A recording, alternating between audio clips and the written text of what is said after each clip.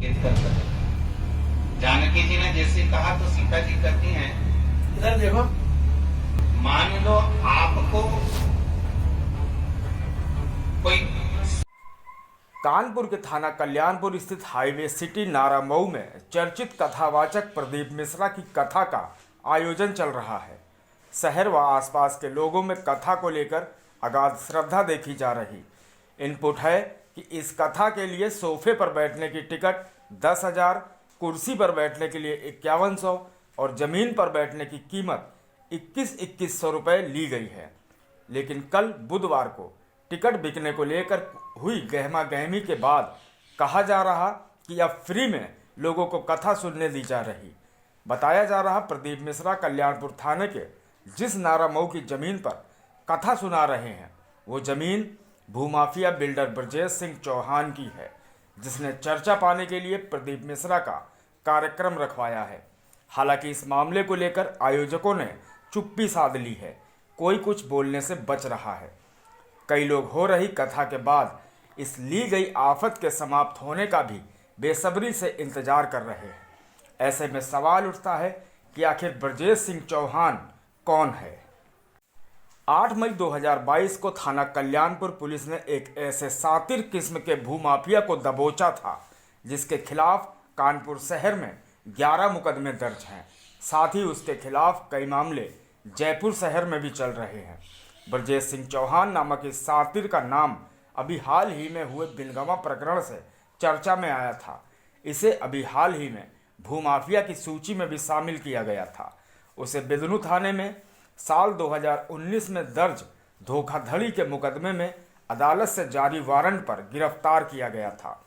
गिरफ्तारी के बाद पुलिस ने उसे अदालत में पेश किया, जहां से उसे जेल भेज दिया गया था। ब्रजेश सिंह चौहान BACL नाम की रियल एस्टेट कंपनी का संचालन पनकी के कल्याणपुर रोड पर करता था। इस सातिर ने 3 अराजी की करीब 3.5 बीघा जमीन पर रकबा बढ़ाकर करीब 90 लोगों को रजिस्ट्री कर दी थी, लेकिन इन लोगों को कब्जा अर्बन सीलिंग की करीब 10 बीघा जमीन पर करा दिया गया। इस मामले में राजस्व विभाग के अधिकारियों और कर्मचारियों के भी मिलीभगत से सरकारी जमीन पर दाखिल खारिज करा दी गई। पिछले दिनों जब सरकारी जमीन पर कब्जा करने को लेकर राजस्व और KDA की टीमों पर हमला हुआ था, तब पूरा प्रकरण सामने आया। डीएम ने सख्ती के साथ अवैध निर्माण ढा दिए थे। साथ ही ब्रजेश सिंह पर मुकदमा भी लिखवाया गया था। पिछले दिनों डीएम ने भूमाफिया सेल की बैठक में ब्रजेश सिंह का नाम भूमाफियाओं की सूची में शामिल कर दिया था। कल्याणपुर पुलिस ने इस प्रकरण में बताया था कि रविवार 8 मई 2022 को ब्रजेश सिंह को गिरफ्तार किया गया था।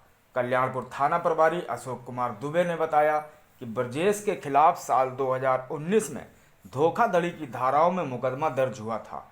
मामला अदालत में विचाराधीन है। पिछले दिनों अपर सिविल जज कोर्ट नंबर 11 से उसके खिलाफ वारंट जारी हुआ था। रविवार को पुलिस ने ब्रजेश सिंह के आवास पर छापा मारा और गिरफ्तार कर लिया। इसके बाद अब बताया जा रहा कि भूमाफिया ब्रजेश ने अपनी कंपनी का नाम बदलकर BACL से BAPL कर लिया। इसके अलावा तत्कालीन DCP पश्चिम BBGST मूर्ति ने कानपुर तैनाती के दौरान बताया था कि ब्रजेश सिंह के खिलाफ विभिन्न थानों में धोखाधड़ी की धाराओं में करीब 11 मुकदमे दर्ज हैं। उसके खिलाफ राजस्थान के जयपुर जिले में भी कई अभियोग पंजीकृत हैं। आरोपित के खिलाफ कल्याणपुर में 3, बिधनू में 5 और कोतवाली नगर में 2 मुकदमे दर्ज हैं। गिरफ्तार करने वाली टीम में थाना प्रभारी Ashok Kumar Dubey, Devi Sharan Singh, head constable Lalit Kumar Yadav, constable Akhilesh Kumar, constable Pushpraj Singh, constable Hariom शामिल रहे थे। पुलिस और KDA से मिली जानकारी के मुताबिक सातिर भूमाफिया ब्रजेश सिंह चौहान की प्रॉपर्टी के नाम और उनके परिवारों के खिलाफ लिखी प्रॉपर्टी पर सूबे के मुख्यमंत्री योगी आदित्यनाथ का बुलडोजर चलाया जा सकता है। इसके बाद 12 अक्टूबर 2022 को सरकारी जमीनों का अवैध पट्टा कर बेचने के मामले में जिला प्रशासन ने 22 लोगों को भूमाफिया घोषित किया था। जिलाधिकारी के निर्देश पर आयोजित बैठक में यह फैसला लिया गया था। BACL इंडिया लिमिटेड के निदेशक ब्रजेश सिंह चौहान पर दूसरी बार भूमाफिया की ये कार्रवाई हुई थी। इससे पहले बिनगवा में सरकारी जमीन पर 287 लोगों को कब्जा देने के मामले में उसे भूमाफिया घोषित कर जेल भेजा जा चुका है। भूमाफिया की कार्रवाई के बाद अब इन सभी पर गैंगस्टर की कार्रवाई की प्रक्रिया शुरू की जाएगी। अब ऐसे में सवाल उठ रहा है कि क्या प्रदीप मिश्रा सीहोर वाले को ये बात पता नहीं थी कि जिस जमीन पर वे शिव पुराण करने आ रहे हैं वो जमीन भूमाफिया ब्रजेश सिंह चौहान की है, या फिर उन्हें सिर्फ अपनी मोटी फीस मात्र से ही मतलब है। सवाल यह भी है कि टिकट क्यों बेचे गए और बाद में हंगामा होने पर फ्री का अमली जामा पहना दिया गया। यह ब्रजेश ने किया या फिर प्रदीप मिश्रा की छवि को दुहने का प्रयास हुआ, इसका जवाब भी मिलना बाकी है। बहरहाल यह तो तय है कि राजनेताओं के बाद धर्म धुरंधरों का भी तेजी से अपराध और अपराधियों से गठजोड़ होना शुरू हो चुका है।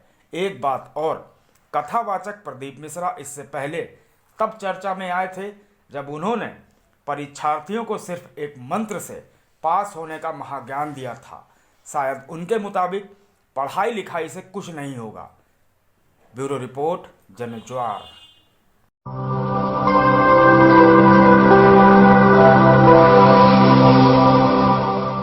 जनज्वार जनता की